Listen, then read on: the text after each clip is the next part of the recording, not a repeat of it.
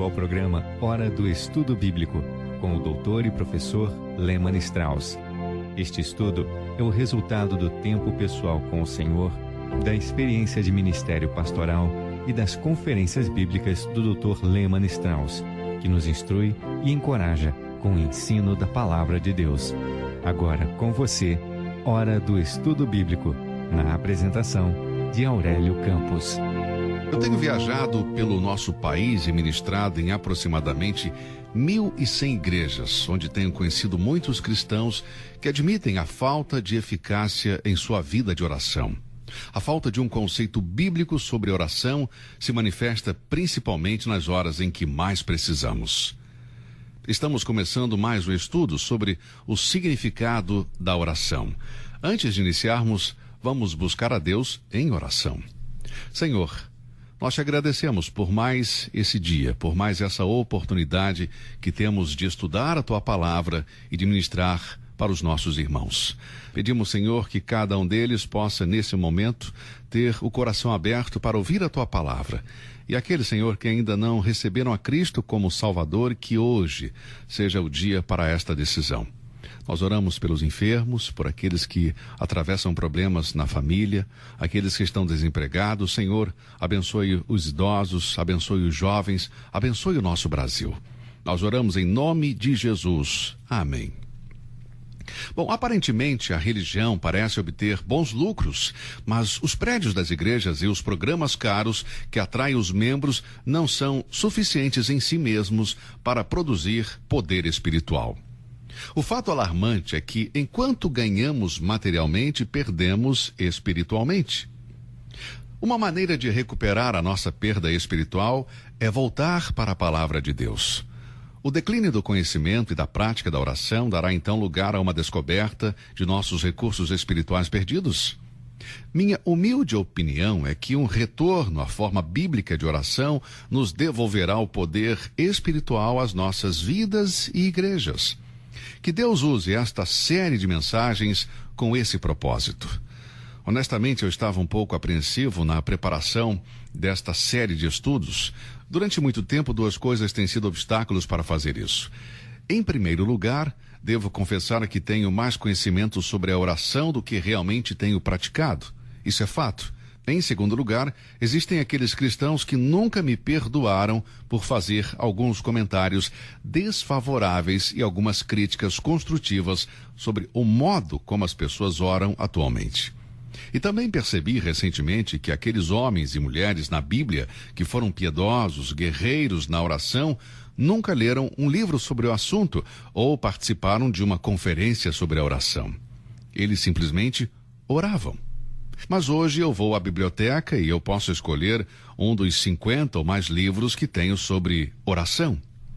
Você já notou a tendência que alguns cristãos têm de apoiar algo desde que seja religioso? A teologia de um hino pode ser totalmente contrária às Escrituras, mas seus defeitos são ignorados porque trata-se de um hino. Se for uma composição pobre ou incorreta no ponto de vista bíblico, não faz diferença. Ou, por outro lado, um sermão pode ser tão mal pregado e apresentado que pode até constranger, mas algumas pessoas o desculpam, alegando que o pastor é muito sincero e bem-intencionado. E todas aquelas orações públicas, algumas delas são mortas e não se cabem em lugar algum, exceto em um cemitério. Mas porque são orações, aqueles que as criticar é considerado errado. Existem alguns cristãos que perdem todo o bom senso quando ouvem expressões como Pai Nosso ou Amém. Mas o falso é falso, quer ocorra na igreja ou fora dela. Uma canção medíocre continuará sendo medíocre. Um sermão medíocre continuará sendo medíocre. E o mesmo ocorre com a oração. Se você procurar o significado da palavra medíocre, encontrará sem qualidade, sem excelência. É a palavra perfeita para definir isso. Fiquei chocado quando ouvi uma gravação de um culto onde eu havia orado e pregado. O sermão não foi dos melhores, mas fez um pouco mais sentido que a minha oração. Depois de ouvir a oração, eu me perguntava se realmente fora eu que tinha feito aquilo. Mas estava gravado e na minha própria voz. Eu mal podia acreditar. Desde então, tenho prestado mais atenção às minhas orações e às dos outros. Em 1957, eu era pastor em uma igreja e uma das senhoras me disse que um dos meus livros a ajudou muito. Ela me perguntou quando eu iria escrever um livro sobre oração. Eu lhe disse que não tinha certeza se faria isso, mas ela insistiu e me perguntou por que não. Então respondi que eu não tinha suficiente conhecimento e experiência a respeito para escrever um livro. Eu havia estudado as Escrituras por anos e lido mais de 50 livros sobre a oração, mas meus escritos estariam baseados mais no conhecimento do que na prática. Agora, não pense que eu não oro. Não me lembro de um dia nos últimos 47 anos em que eu não tenha orado, mas eu não fui e nem sou uma autoridade sobre a arte da oração. Eu me matriculei na escola de oração, mas eu ainda não me formei. No entanto, eu vou me aventurar nesta série de estudos sobre a oração. Não espero que todos os meus ouvintes concordem com tudo o que eu disser. Mas, por favor, seja paciente comigo. E depois de ter escutado, achegue-se a Deus em oração buscando a vontade dele para a sua vida. Lembre-se do que eu disse? Eu ainda sou estudante na escola da oração. Se eu esperar para comentar os estudos depois de dominar a arte da oração, então nunca poderei começar. Você pode ter certeza disso. Quando eu pastoreei uma igreja na Pensilvânia, me chamaram para orar por um homem de 89 anos que estava à beira da morte. Ele estava com câncer. Os médicos haviam dito que não havia esperança de recuperação. O sonho daquela família era que ele vivesse até aos 100 anos. E claro, a família estava esperando ouvir isto quando os médicos disseram a eles que aquele homem querido não teria muito tempo de vida. Eles ficaram irritados. Uma das filhas me perguntou se eu poderia orar e pedir a Deus para curar o seu pai, pedindo para ele viver mais 11 anos. Eu lhe disse que não podia orar dessa maneira. Eu podia ver sua amargura quando ela me disse: pastor, através da oração podemos fazer tudo o que Deus é capaz de fazer. Na minha opinião, eu não era um homem de oração. No entanto, nem ela, nem os outros membros da família poderiam obter através da oração o resultado que eles esperavam de mim. Em minha opinião, ela estava dominada por algum falso conceito sobre a oração. É claro que eu cria que Deus era poderoso para curar aquele senhor e mantê-lo vivo por mais 100 anos, se ele assim quisesse. Mas Deus não fez e eu não tinha um motivo para pedir a Deus para fazê-lo. Paulo nos diz que muitas das nossas orações fazem pouco sentido. Em Romanos, capítulo 8, versículo 26, ele escreve: e da mesma maneira também o Espírito ajuda as nossas fraquezas, porque não sabemos o que havemos de pedir como convém, mas o mesmo Espírito intercede por nós com gemidos inexprimíveis. Por que não sabemos pedir como convém? Você acredita nesta afirmação? Será que esta é a sua própria experiência? O versículo diz que nós temos fraquezas. Em meio aos tumultos, às provações e aos sofrimentos desta vida, nós cristãos somos colocados numa posição de desvantagem que, por vezes, nos torna ignorantes quando chega o momento de orar. Sob tais circunstâncias, o próprio Paulo orou com ignorância 3 vezes ao Senhor para que tirasse o seu espinho na carne, mas Deus lhe disse que ele não estava orando corretamente. Ele estava pedindo algo que Deus não iria conceder. Sua oração, portanto, não fazia sentido? Vamos para a Bíblia. Vamos ver isso. 2 Coríntios 12, versículos 7 a 9. 2 Coríntios 12, versículos de 7 a 9. Onde lemos: e para que não me exaltasse pela excelência das revelações, foi-me dado um espinho na carne, a saber, um mensageiro de Satanás, para me esbofetear, a fim de não me exaltar. Acerca do qual 3 vezes orei ao Senhor para que se desviasse de mim, e disse-me: a minha graça te basta, porque o meu poder se aperfeiçoa na fraqueza. De boa vontade, pois, me gloriarei nas minhas fraquezas, para que em mim habite o poder de Cristo. Romanos 8, 26 nos diz que temos fraquezas no que diz respeito à oração. Não faz diferença se a fraqueza se relaciona ao que pedimos, à forma como fazemos ou à nossa motivação. A Bíblia diz que não sabemos pedir como convém. Nós simplesmente não sabemos orar corretamente.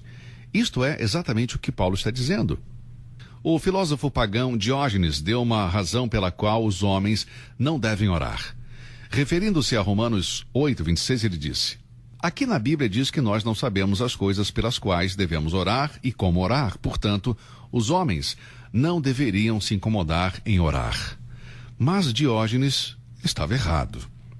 Em vez de a nossa ignorância silenciar a nossa oração, deixando-nos em desespero, nós temos a ajuda de que precisamos na pessoa do Espírito Santo e na palavra sagrada, a Bíblia. Não sabemos como orar, mas o Espírito Santo quer nos ensinar. Sem ele, nós cristãos não temos poder em nossas orações. Nas mensagens seguintes, vamos estudar alguns textos sobre a oração. Estou particularmente ansioso para abordar coisas que irão instruir e edificar os filhos de Deus. Se é verdade que muitos milagres acontecem na causa de Deus através da oração, eu creio então que devemos estar desejosos para aprender tudo o que pudermos sobre este assunto tão importante, a oração. Recentemente li de novo a passagem de Lucas capítulo 11. O nosso Senhor tinha acabado de orar ao Pai. Os discípulos estavam perto ouvindo. Sem dúvida tinham visto e ouvido Jesus orando várias vezes. Sabiam o valor e a importância da oração. E vieram a Jesus com este pedido. Lucas 11, versículo 1. Senhor, ensina-nos a orar. Esta é a oração do meu coração. E eu espero que seja também a sua. O Dr. Campbell Morgan, comentando esta passagem de Lucas 11:1, enfatizou a importância deste simples pedido dos discípulos. Ele disse que perdemos o significado acrescentando mais palavras aos discípulos. Dr. Morgan disse que eles não disseram: Senhor, ensina-nos como orar. Muitas pessoas sabem como orar, mas não oram. Não se trata simplesmente de saber como orar. Seu pedido foi: Senhor, ensina-nos a orar. Como saber o verdadeiro significado da oração? Como nos agarrar a Deus e obter a vitória através da oração?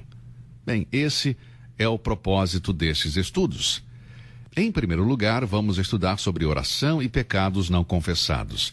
Isto é muito importante. Sabe, em minhas viagens, geralmente costumo ler os anúncios das igrejas que aparecem nos jornais de sábado. Em certa ocasião, cheguei a uma cidade, peguei o jornal e fui direto para a página de anúncios das igrejas. Um pastor anunciava seu sermão com o título Quando a oração torna-se pecado. Bom, comecei a pensar seriamente sobre o assunto e me perguntei, será que às vezes estamos errando em orar? Será que às vezes a oração se torna pecado mesmo? Eu não tenho nenhuma ideia do que este pastor iria falar. Eu tinha que pregar no domingo de manhã e não pude ir ouvi-lo. Mas estou convencido de que há momentos em que não há sentido em orar. Bem, vamos ver algumas destas coisas a partir de agora. Em primeiro lugar, não faz sentido orar por alguma coisa se tivermos pecados sem confessar no coração. Vou repetir. Não faz sentido orar por alguma coisa se tivermos pecados escondidos sem confessar no coração. Salmo 66, versículo 18 diz: Se eu atender a iniquidade no meu coração, o Senhor não me ouvirá. O pecado não confessado, o pecado não perdoado, impede a oração. Muitas orações não passam do teto, principalmente devido ao pecado não confessado. É impossível para qualquer cristão experimentar um ministério de oração bem-sucedido e frutífero se a questão do pecado não foi tratada corretamente. Isso não significa que Deus exige perfeição antes de responder às nossas orações, não é isso? Se esse fosse o caso, nenhum de nós teria suas orações respondidas. Mas sabemos que o pecado na vida de um crente quebra a doce comunhão entre ele e Deus e impede Deus te atender. Quebra a doce comunhão entre ele e Deus e impede Deus de atender aos seus pedidos. Provérbios 28, versículo 13 diz: O que encobre as suas transgressões nunca prosperará, mas o que as confessa e deixa alcançará misericórdia. Entre o povo de Israel haviam aqueles que acreditavam que Deus não respondia mais às suas orações. Eles diziam: Ele respondeu às nossas orações nos dias de Elias, mas agora não. Seu braço já não é mais poderoso, seu ouvido ficou pesado para ouvir. Mas o profeta Isaías disse: Eis que a mão do Senhor não está encolhida, para que não possa salvar, nem agravado o seu ouvido para não poder ouvir. Mas as vossas iniquidades fazem separação entre vós e o vosso Deus, e os vossos pecados encobrem o seu rosto de vós para que não vos ouça. Isaías 59, versículos de 1 a 2. O profeta estava simplesmente dizendo: não culpe a Deus por se recusar a responder às suas orações. Seu poder não diminuiu, ele é o mesmo Deus, nem ele parou de escutar. Deus não muda nunca. Ele ainda deseja que todos os homens sejam salvos, e seu ouvido está atento como sempre. Ele pode ouvir o mais fraco clamor de seus filhos. Vocês são responsáveis pelo silêncio de Deus. Vocês, os pecados dos quais não se arrependeram, levantaram a barreira entre você e Deus, e ele não responderá até que vocês confessem os seus pecados. Eu gosto muito da mensagem desse profeta. Seria muito bom para as nossas igrejas ter um homem como Isaías para dizer as coisas como elas são. Alguém que não tem medo em denunciar o pecado. Quase não ouvimos falar sobre homens de Deus que dizem que Deus odeia a falsidade na adoração e na oração. É ousadia pedir algo para Deus quando há pecado no coração, amigo. E se alguém pensa que eu estou sendo muito duro, então sugiro que leia Isaías 1, versículos de 13 a 15. Vamos ler. Não continueis a trazer ofertas vãs. O incenso é para mim abominação, e as luas novas e os sábados e a convocação nas assembleias. Não posso suportar iniquidade, nem mesmo a reunião solene. As vossas luas novas e as vossas solenidades, a minha alma as odeia, já que são pesadas. Já estou cansado de as sofrer. Por isso, quando estendei as vossas mãos, escondo de vós os meus olhos, e ainda que multipliqueis as vossas orações, não as ouvirei, porque as vossas mãos estão cheias de sangue. Estas são palavras de Deus dirigidas diretamente para o seu povo. Alguma vez você já percebeu que Deus odeia hipocrisia na adoração e também na oração? Ele diz ao seu povo que eles estão desperdiçando o seu tempo organizando reuniões, cerimônias religiosas, enquanto os seus corações não estão de acordo com a sua divina vontade. Deus não presta atenção aos pedidos de oração que vêm de um coração cheio de pecado e de maldade. Então nós vimos que existe de fato uma oração pecaminosa. Nós sabemos que se recusarmos a confessar e abandonar os nossos pecados, as nossas orações serão abominação para Deus. Não faz sentido. Não faz sentido continuar a fingir quando nós mesmos temos nos desqualificado em atender às exigências de Deus para uma vida de oração bem-sucedida. Isaías, em seguida, acrescentou a seguinte exortação de Deus no versículo 16 do capítulo 1. Lavai-vos, purificai-vos, tirai a maldade de vossos atos de diante dos meus olhos, cessai de fazer mal. Amigos, precisamos ler a oração de Esdras no capítulo 9 do livro de Esdras. Algo que sobressai aqui é a confissão de pecados e o arrependimento genuíno.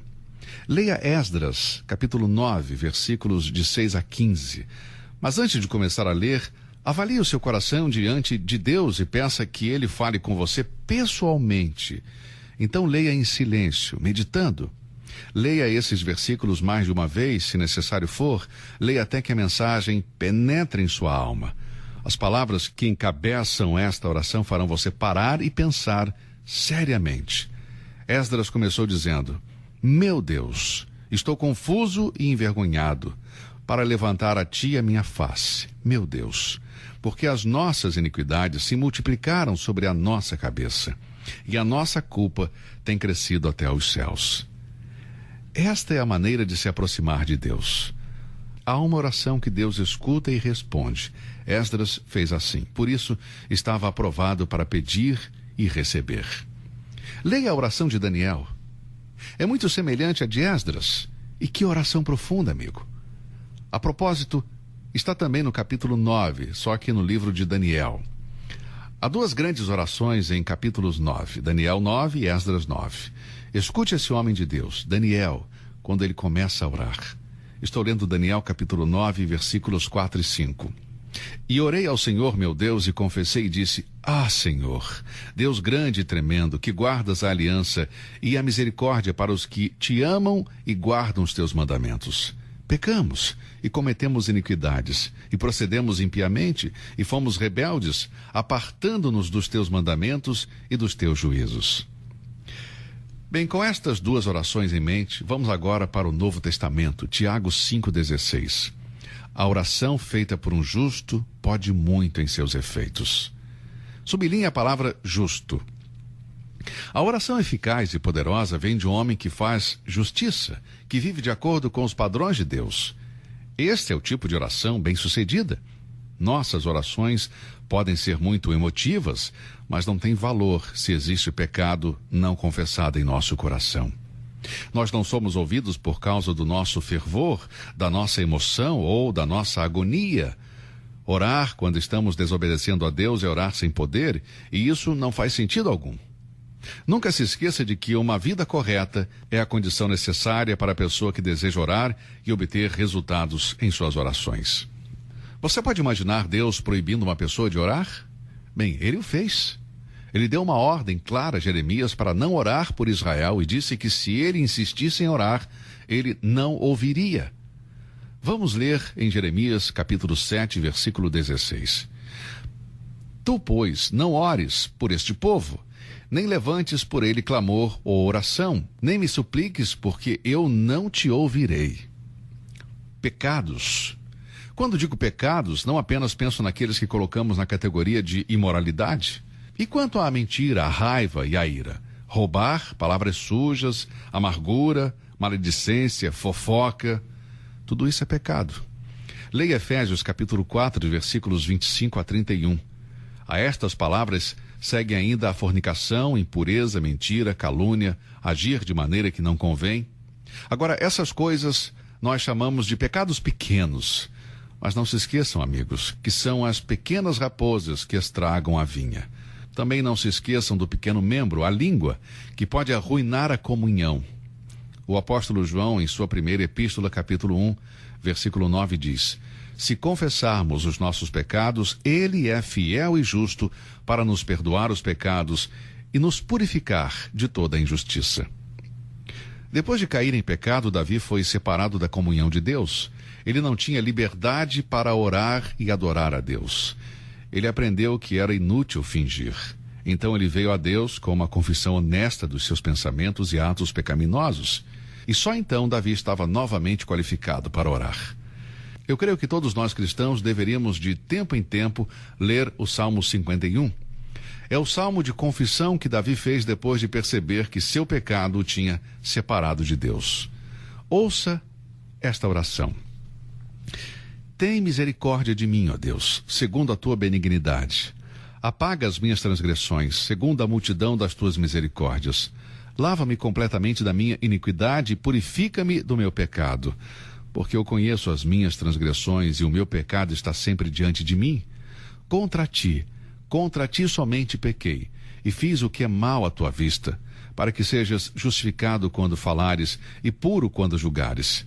Eis que em iniquidade fui formado, e em pecado me concebeu minha mãe. Eis que amas a verdade no íntimo, e no oculto me fazes conhecer a sabedoria. Purifica-me com esopo e ficarei puro. Lava-me e ficarei mais branco do que a neve. Faze-me ouvir júbilo e alegria para que gozem os ossos que tu quebraste. Esconde a tua face dos meus pecados e apaga todas as minhas iniquidades. Cria em mim, ó Deus, um coração puro e renova em mim um espírito reto. Amados, não podemos viver sem confessar nossos pecados e ainda assim esperar que Deus nos conceda as nossas petições. Lembre-se do versículo-chave deste estudo, o Salmo 66, 18. Se eu atender à iniquidade do meu coração, o Senhor não me ouvirá. Vamos aprender bem esta lição. O que Deus fez por Davi, Ele também pode e quer fazer com você e comigo. Então, por que você não busca a Deus agora? Confesse o seu pecado e tenha um novo começo que vai revolucionar a sua vida de oração. Vamos procurar e corrigir as causas do nosso fracasso na oração. Nenhum cristão pode orar e pecar ao mesmo tempo. Ou a verdadeira oração nos ajudará a evitar o pecado, ou o pecado não vai nos permitir orar. Minha própria experiência cristã tem sido manchada por esses tempos em que entristeci a Deus com os meus pecados, mas sou profundamente grato a Deus por propiciar os meios de restauração para que a oração seja mais eficaz. Amigo, faz sentido confessar nossos pecados e esperar que Deus nos conceda as nossas petições. Mas não faz sentido pedir a Deus por alguma coisa se não confessarmos o pecado que está em nossos corações. 1 João 3,22 diz: e qualquer coisa que lhe pedirmos, dele a receberemos, porque guardamos os seus mandamentos e fazemos o que é agradável à sua vista. Assim, chegamos ao final do nosso estudo de hoje. Essa é uma introdução a uma série sobre o tema oração. Não hesite em nos escrever esta semana, em perguntar, em orar pelo nosso ministério também. Eu espero que esse estudo seja uma bênção para você da mesma forma que tem sido para mim. Que Deus o abençoe ricamente e até o nosso segundo programa.